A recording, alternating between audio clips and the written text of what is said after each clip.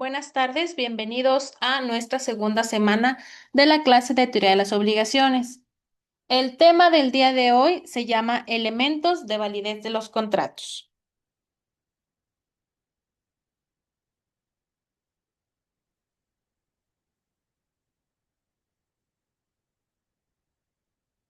Bueno, como introducción, primero que nada vamos a definir lo que es un contrato. Un contrato se va a tratar de un acuerdo entre dos o más partes. Este acuerdo va a crear lo que son obligaciones y derechos jurídicos. La validez de un contrato va a ser esencial. ¿Por qué? Porque nos va a asegurar que el acuerdo tenga efectos legales y además que las partes puedan exigir el cumplimiento de sus obligaciones. ¿Qué necesitamos para que un contrato sea válido? Bueno, el contrato debe de cumplir con varios elementos que son esenciales, fundamentales. El primero de ellos, hablamos del consentimiento. También hablamos del objeto, de la causa y en ciertos sistemas jurídicos o en ciertos contratos también hablamos de la forma. En este tema del día de hoy vamos a explorar a cada uno de estos elementos a más detalle para comprender cómo es que todos estos elementos en su conjunto van a contribuir para la validez del contrato. ¿Alguna duda hasta aquí? No, Ok. El primero de nuestros elementos, el consentimiento. El consentimiento viene a ser uno de nuestros pilares fundamentales para dar validez contractual a cualquier tipo de acuerdo entre dos o más personas. Se va a referir a una aceptación libre y consciente de los términos del contrato. ¿De quién va a ser esta aceptación libre y consciente? De las partes que estén involucradas. Para que este consentimiento sea válido, pues las partes deben de tener una capacidad legal. ¿Cuál es la capacidad legal? ¿A qué nos referimos? A que deben de ser mayores de edad y que no estén sujetos a incapacidades legales.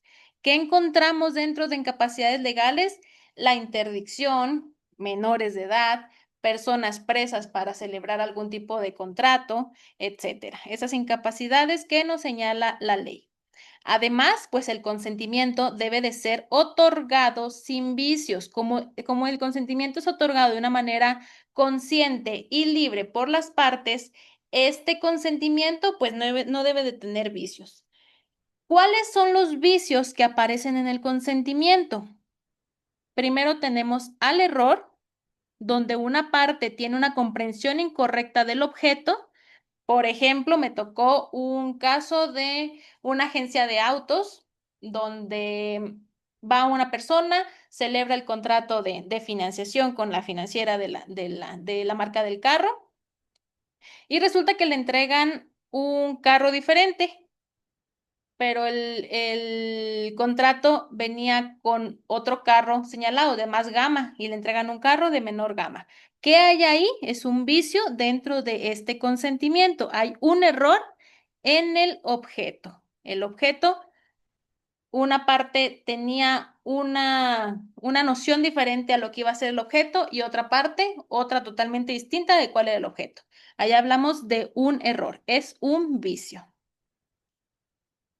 También tenemos el dolo, que implica un engaño o un fraude de manera intencionada. Por ejemplo, si en este supuesto, donde la financiera entrega un carro equivocado, pero la financiera sabía que ese carro no era el que se había pactado, estamos hablando de un dolo, porque estamos engañando a la otra parte que forma parte, valga la redundancia, de este contrato. También tenemos a la coacción, que es una imposición de una voluntad ajena mediante una presión física o moral. Por ejemplo, lo están chantajeando para que celebre algún contrato de compraventa, lo están amenazando para que celebre algún contrato de compraventa. Y pegado con la coacción tenemos lo que es el miedo. ¿El miedo a qué? a un daño inminente. Puede estar siendo amenazado de que si tú no me firmas este contrato de compra-venta, voy a matar a alguien de tu familia, o te voy a matar a ti, o te voy a hacer daño, o voy a hacer X cosa, algo que genere un miedo a un daño inminente. La presencia de cualquiera de estos vicios del consentimiento, pues puede invalidar el consentimiento y por ende el contrato.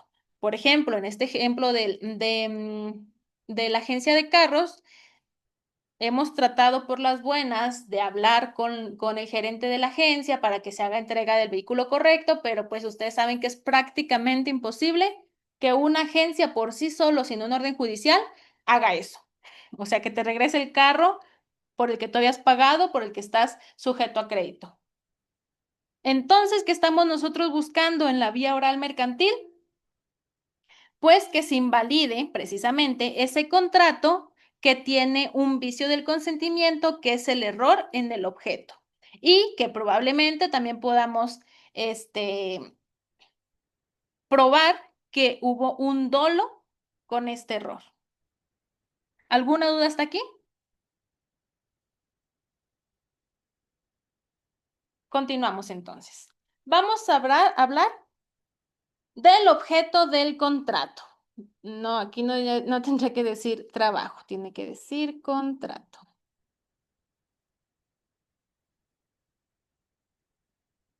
¿Qué viene a ser el objeto de un contrato? Este objeto va a ser el bien, el servicio o la prestación. Recuerden que las obligaciones son de dar, hacer o de no hacer, que se va a prometer en virtud del acuerdo. Para que un objeto sea válido, se deben de cumplir con varios requisitos. En primer lugar, el objeto debe de ser determinable. ¿Qué es determinable? Algo que podamos tener de una manera tangible y fáctica. O ese objeto puede ser determinable en un futuro. Es decir, que aquí también está mal, perdónenme. Determinable o de aquí es determinado. Determinado o determinable. Determinado, la palabra lo dice en el momento. Lo tenemos señalado tal cual va a ser. Por ejemplo, el objeto puede ser la entrega de una losa de cristal para un evento. Ese es mi objeto. Está determinada la losa de cristal. O puede ser determinable, es decir, que en el futuro este objeto se va a poder identificar eh, eh, en sus cualidades físicas. Por ejemplo, me puedo yo comprometer, obligar a que mi objeto sea la entrega de una tonelada de manzana. En este momento no lo tengo, pero en el futuro ese objeto va a poder ser determinable.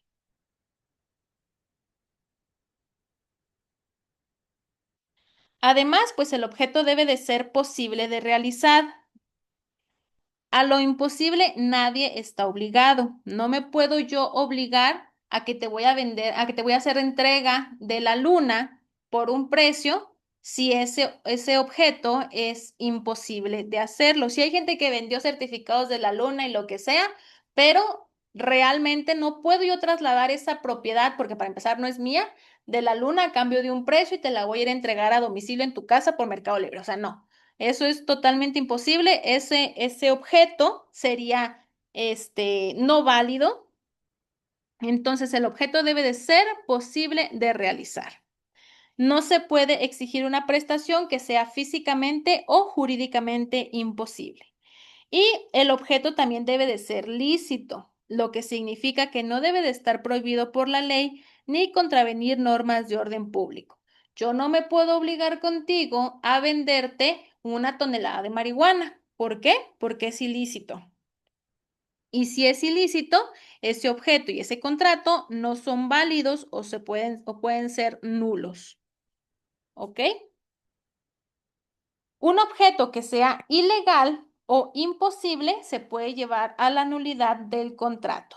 Yo puedo celebrar un contrato con quien yo quiera, poner las condiciones que yo quiera, pero si yo pongo un objeto con alguno de estos em, cuestiones que no se puede realizar, que es indeterminado, que es ilegal, que es ilícito, ese contrato, aunque haya firmado la otra parte, dado su consentimiento y yo haya dado mi consentimiento, los dos nos basamos en ese contrato para hacer cumplir las prestaciones que en él viene, va a ser nulo o se va a tener por no puesto, ¿ok?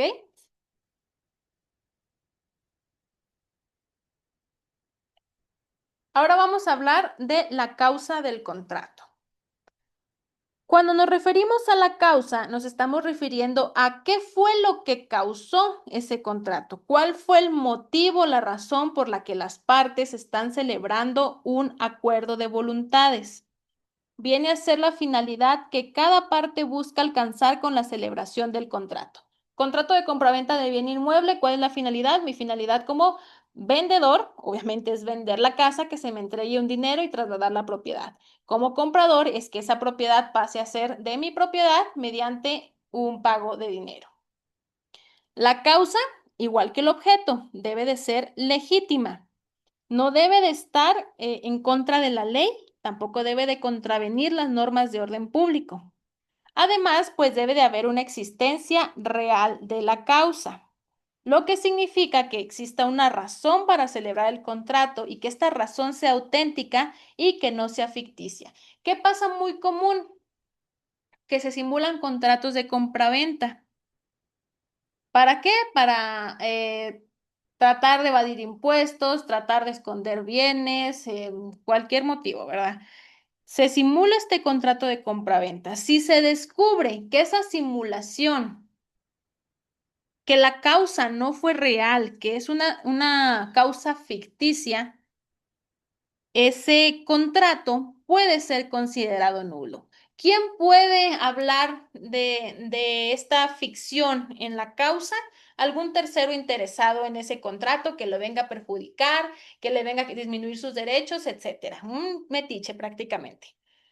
¿Por qué? Porque si las dos partes están pactando de manera extrajudicial una simulación, tú, persona tercero que no tiene nada que ver con esa compraventa y que solamente ves una compraventa a lo lejos y que no sabes que es ficticio, no puedes alegar una ficción en la causa.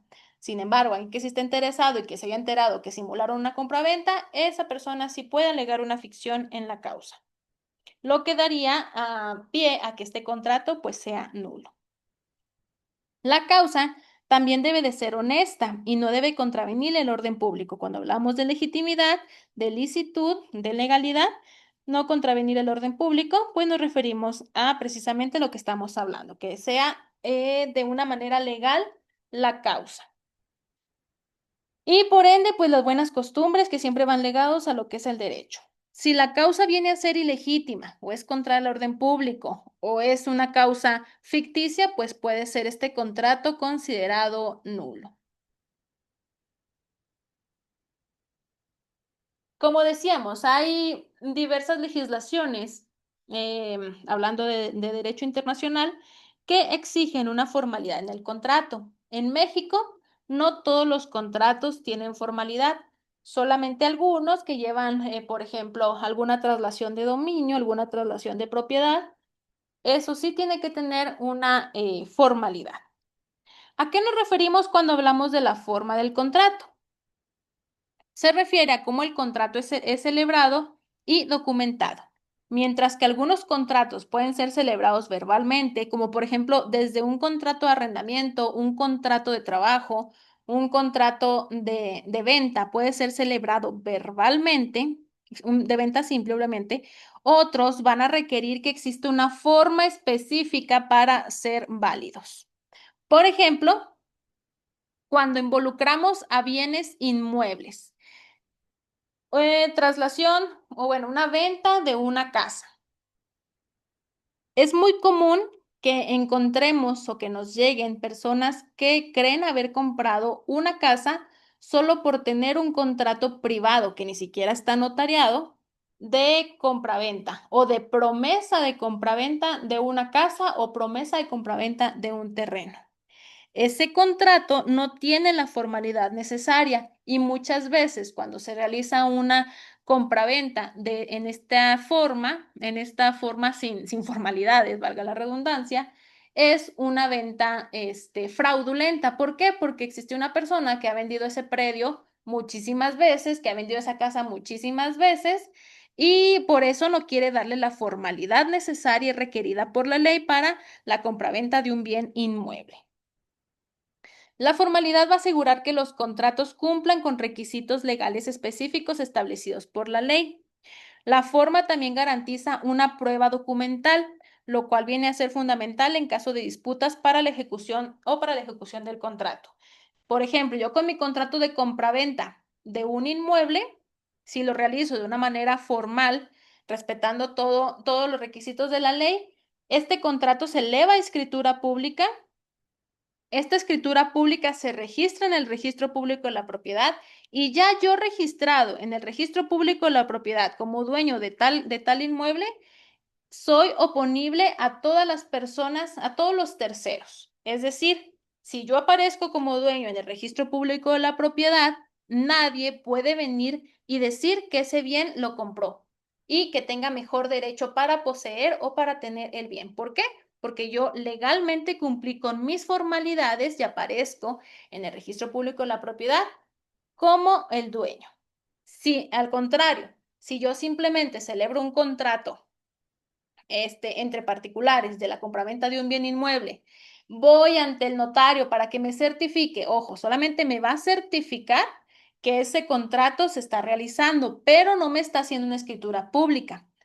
Le pone su sellito del notario y según yo con eso ya puedo ser oponible a todos los demás, nadie puede venir a sacarme de mi predio, etcétera, etcétera. Sin embargo, como no cumplimos con esas formalidades, realmente no somos dueños, no tenemos la propiedad de ese inmueble. Nos faltó las formalidades. Y es muy, muy común este tipo de falta de formalidad en la compraventa de bienes inmuebles. Así que mucho ojo. La falta de formalidad requerida, pues puede llevar a lo que es una nulidad del contrato o a una imposibilidad de su ejecución. Una nulidad, ¿por qué? No cumplió con los requisitos básicos que establece la ley. Una imposibilidad de ejecución, ¿por qué? Porque yo me creo dueño, pero al final de cuentas no puedo ser dueño, por lo tanto no puedo poseer ese bien porque no seguí las formalidades que me dio la ley. Entonces no puedo ejecutar mi contrato, que es tener la propiedad, la traslación del dominio. Ahora hablemos de lo que son los contratos nulos y la nulidad de los contratos. La nulidad de un contrato va a ocurrir cuando el contrato no tiene efectos jurídicos válidos. ¿Cuáles son las principales causas que dan la nulidad?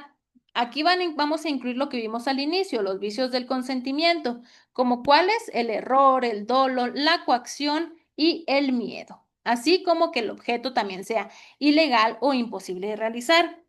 Y si el objeto o la causa del contrato son ilegales o imposibles, pues el contrato va a ser nulo. La nulidad va a resultar en una ineficacia total del contrato, una ineficacia que no se puede llevar a cabo, no se puede ejecutar ese contrato, incluso no existe ese contrato.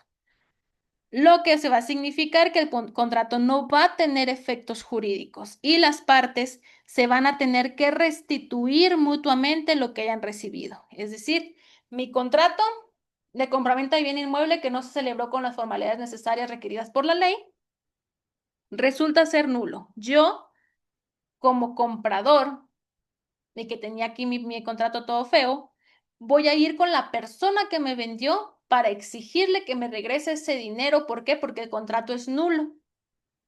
¿Ok? A eso nos referimos cuando hablamos de una restitución mutua. Dame mi dinero, aquí están tus papeles ficticios donde me andabas tratando de vender ese bien inmueble.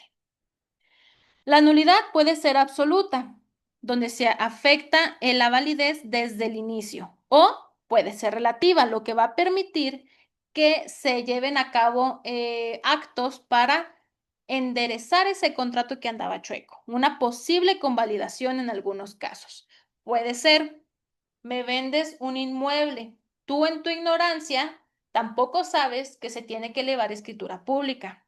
Yo tengo mi contrato, si eres el vendedor, si apareces tú como dueño en el registro público de la propiedad, me lo vendes, te pago, me das mi contratito y resulta que alguien más se metió a ese inmueble. Pero yo digo, soy el dueño, pero me dice el posesionario actual que yo no soy el dueño porque no aparezco en el registro público. ¿Qué voy a hacer? Voy a ir contigo que me vendiste para convalidar esos actos. ¿En qué va a consistir la convalidación de esos actos? Que tú y yo nos traslademos ante un notario a celebrar una escritura pública de compra-venta de un bien inmueble. La notaría se va a encargar de hacer todos los registros, los pagos de derecho y todo para aparecer yo como dueño en el registro público de la propiedad. Ahí voy a convalidar, ambos vamos a convalidar este contrato para que sea eficaz y deje de ser nulo. Tendría una nulidad relativa, ¿ok?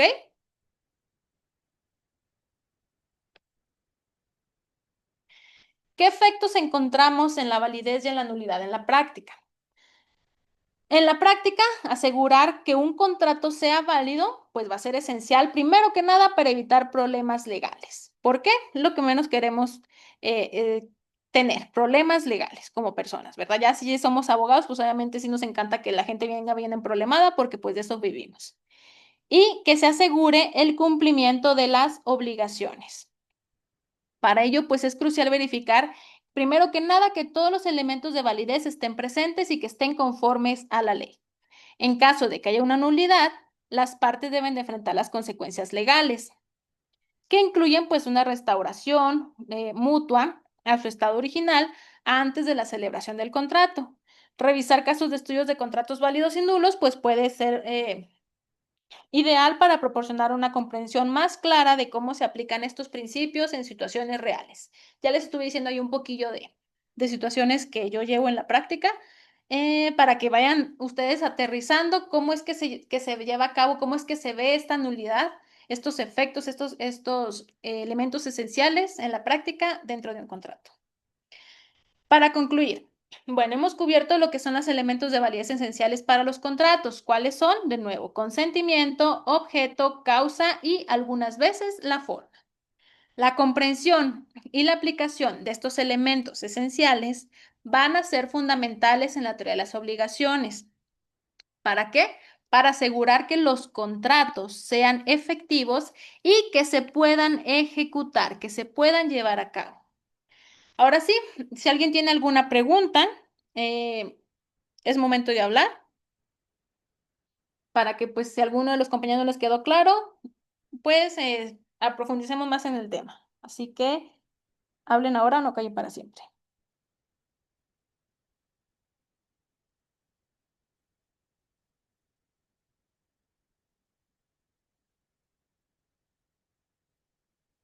Ok, si nadie quiere preguntar,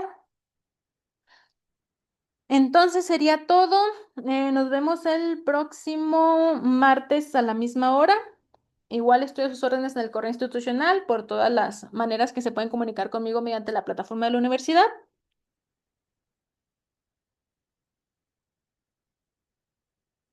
Y con toda confianza, cualquier duda que tengan, háganmela saber. Que tengan muy bonito día.